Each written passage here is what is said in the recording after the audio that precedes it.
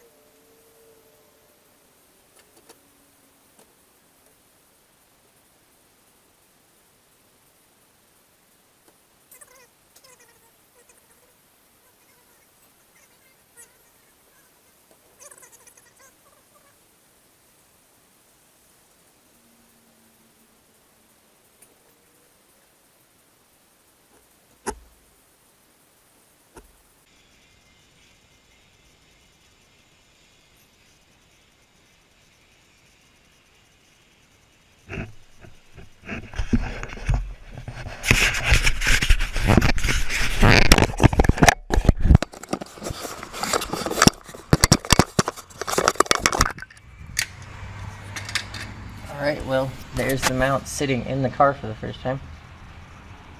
I'm just trying to decide what to do about these edges here. a little bit more gap than I was anticipating. Don't know if I need to plate that or try to cut this mount shorter, which might actually make it fit in the car better, but I'm not entirely sure. So I'm just gonna tack weld it as is, send the pictures to my welder, see what he says. Alright, so I'm getting ready to weld. Homeboy here got the front suspension put back together for me. Really sketchily. Hey, it holds. Hey, I mean, it'll work. It'll go on a trailer, that's all that matters. So I've got the welder set up here. I'm basically just tacking it in and my fab guy will take care of the rest. And I'm gonna hope my GoPro doesn't commit suicide when I look at the welds. So here we go.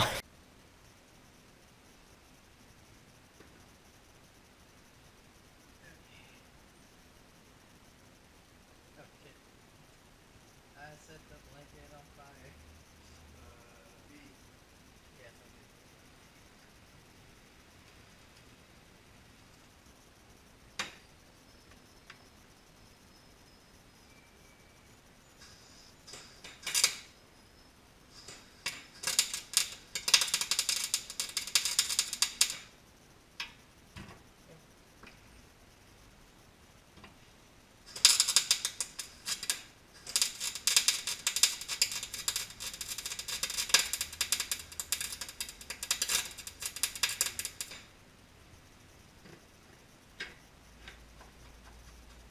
Hey, stop burning my car.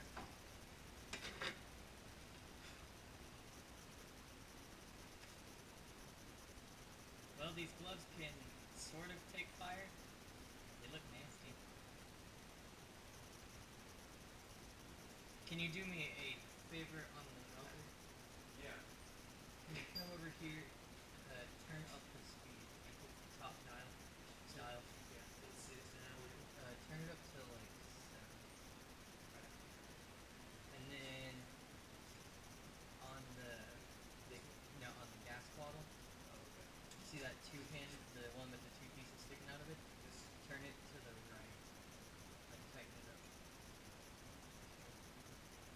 Oh shit, that's not turned. Perfect. See these gloves. $10. They're a little melty. I see why these were the TIG gloves, not the big gloves.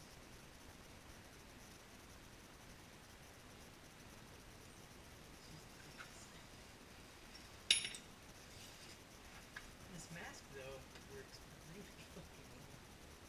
This is actually isn't pretty good. For my first time welding, I think I did a pretty good job.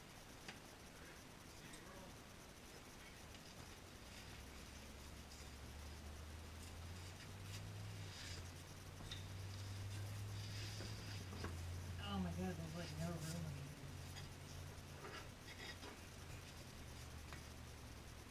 Look at here.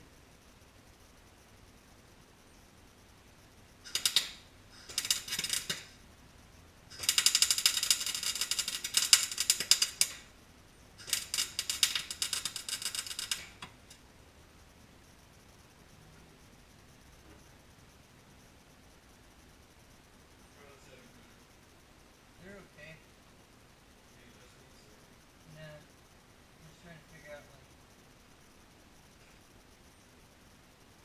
like where the gas needs to be. I also forgot I made a rookie mistake. I forgot to clean off the surface, so it's not really penetrating very well.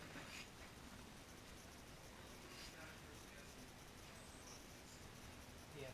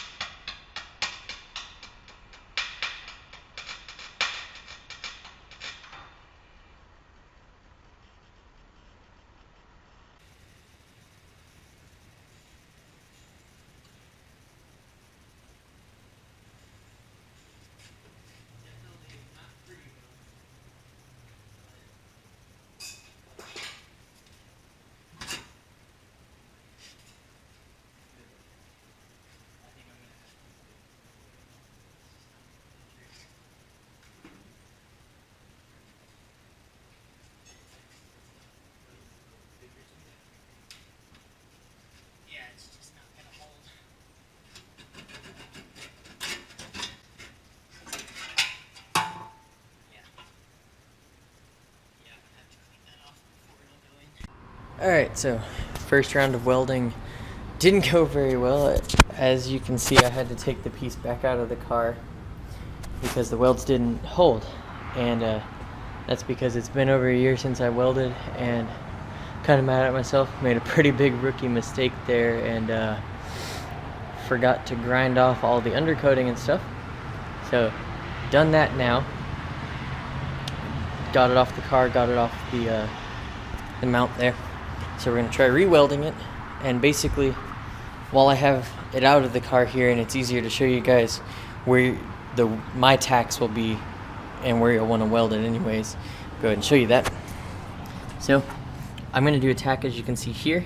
Basically, each of these corners, so here and here, and then on the ones on the back, obviously, and then I'm gonna try to do one on each flat side. So all total, I'm gonna have 8 tack welds holding this thing, holding the rear end as I get it on the trailer and take it to my fab guy.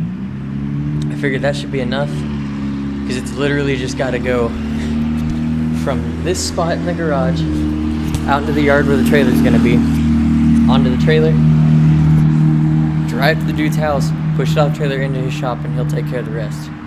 And normally I would probably try to do this fab work myself, but because of the engine that I want to put in this thing and just lack of time on my part, I figure it's easier to just pay him to do it and have it done right.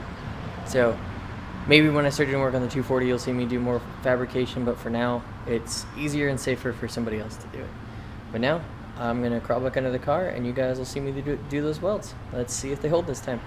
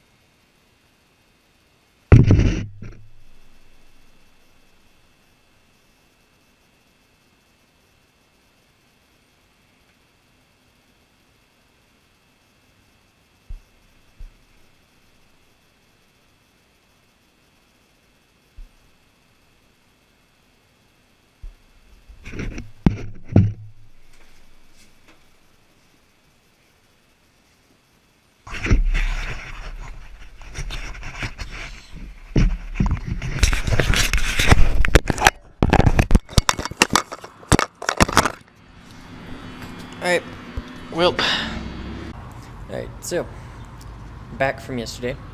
Got new wire in the welder. Went and bought a what's it called, carpenter's square and a magnetic level, so once I get this tacked in I can kind of make sure it's where it needs to be. Yeah, that's pretty much the update from yesterday. I'm going to crawl back under the car, take the angle grinder to those really crappy booger welds that are on there from yesterday, clean those off, attempt to tack weld it in now with flex core, which should work better because as it turns out, welding with wire that needs gas and you don't have gas doesn't work too well. So that's your tech tip for this episode. But yeah, should have it tacked in, and then I'm going to need to take the subframe that's in the pile of stuff that you guys have seen, roll it under the car, line it up on those mounts, and then slide the front mounts in, which you guys saw me basically cut off of the body parts last episode. And you'll see me insert those and then help, so that way I can line them up in the car and tackle those in place. So then that way when it goes on the trailer, it's at least mounted in 4 places and isn't going to shift while I drive it to where it's going. Alrighty, well, let's get under the car and get to grinding and welding.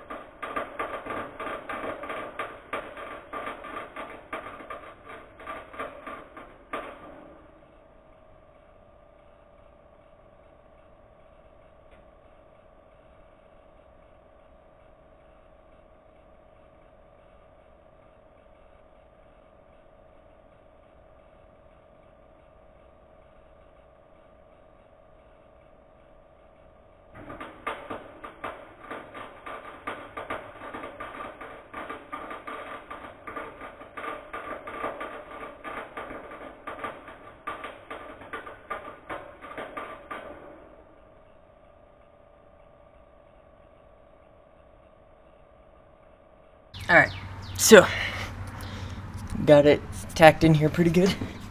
Doesn't wiggle. There's a little wiggle here, but basically I tacked it here, here, here, here, and then back up there. That one's actually probably the best one. But it'll need some cleanup, obviously, but I'm gonna let my fab guy take care of that. But that is, it's in here now. So now what we're gonna do is we're going to take this level and this carpenter square, and I'm going to measure how far from the frame rail to the center of the pins on each side to make sure it's centered that way. Go ahead and use the level to make sure it is level both up and down and forward and backwards. Because I think it may be slightly crooked. Laying under the car, it's really hard to tell. But we're going to check that. And yeah, we'll see where I need to go from there. Because if I need to, I will break out the grinder, cut those welds, and try to get this thing positioned much more level within the car. Alright, so it looks like I got lucky. Everything appears to be in there straight. When you eyeball it, do the whole thing, it looks like the pins are pretty much lined up. It looks like the piece may have gotten tweaked from the heat, but subframe pins bend and shit. That's what bushings are for. So the next step is going to be to roll this in there, put a jack under the diff, and then lift it up, put on the rear mount, and kind of just like see where that puts it. Make sure there's no weird your right tire is an inch further forward than your left. Make sure none of that happens, and then we'll go from there. Because it's at least in the car now enough that I can get a jack, roll that in here, lift it on, and start mocking up the front mounts. So that's it for today. This is going to be a pretty long episode because the next section will be sticking the subframe in and doing those mounts, and hopefully, loading it on a trailer at the end. That'd be a pretty sweet way to end this episode. So, yeah, we'll come back to this tomorrow. I might be wearing something different. Don't be freaked out. Okay, so there's the subframe. There's the car. Got to take the wheels off so it'll clear, and then we're going to jack it up in there, make sure it went in straight. I'm just going to kind of set this over here so you guys can watch the probably very slow progress.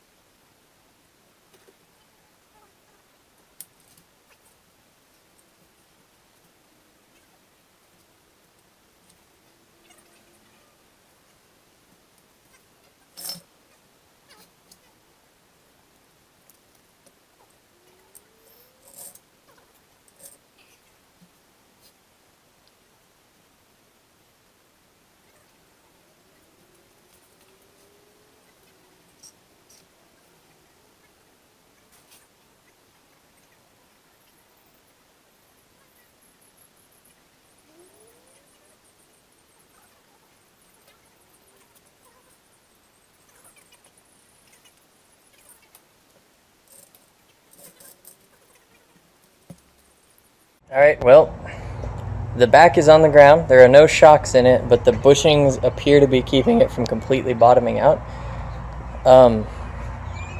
It's like stupid low though. Like, I mean, like, look at that. But honestly, this is probably where I want it to be when it's done.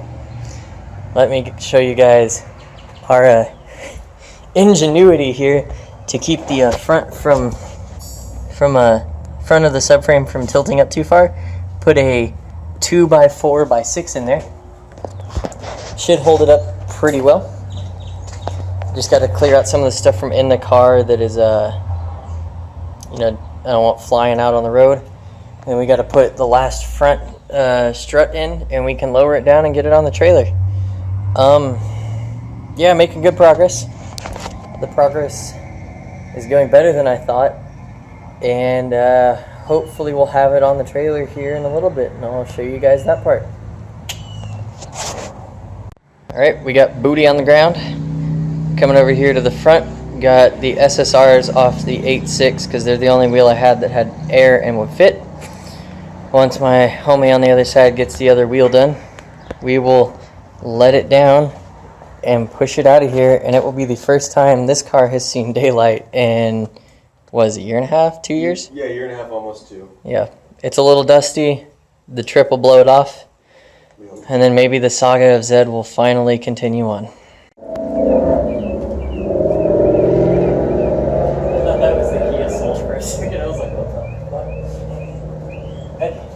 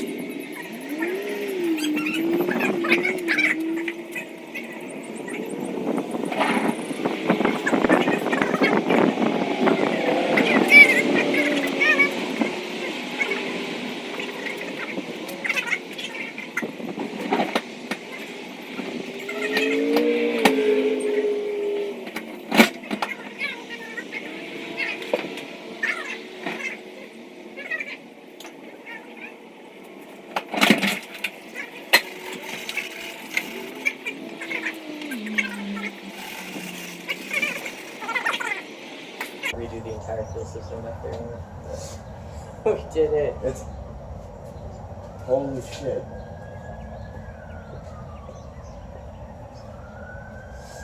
You want to go and put a hood on it?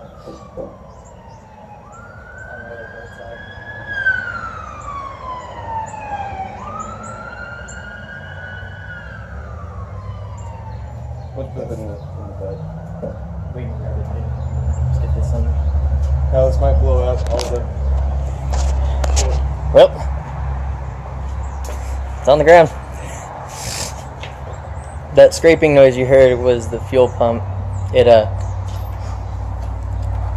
It lived a noble death and utterly gacked the garage floor there. But I think my favorite view is from over here, because on one end, Stance Nation, on the other end, Vintage Drag Stance. When you put it all together, it's just a mess. But hey, now we can get it over there. So the next video clip will be it on the trailer and us getting ready to go. Folks, there it is. Zed, the Red Devil 280ZX, is up on a trailer again. It was tricky because of how low it sits in the back. Frame rails got caught, which was an adventure in itself. But that's it. This is the last you guys will see of it for a while. It goes to the fabricator to get that subframe welded in and a roll bar put in sometime this week. So with that, that's it for this episode of In the Shop. The next episodes of this series will be either focusing on Roshi the 8.6 or maybe my 240Z. We'll see where life takes me on that one. But that's it for this episode. Remember to like and subscribe if you guys want to keep up with these crazy adventures. I'll be posting more episodes just like this and more autocross stuff in the future. Ciao.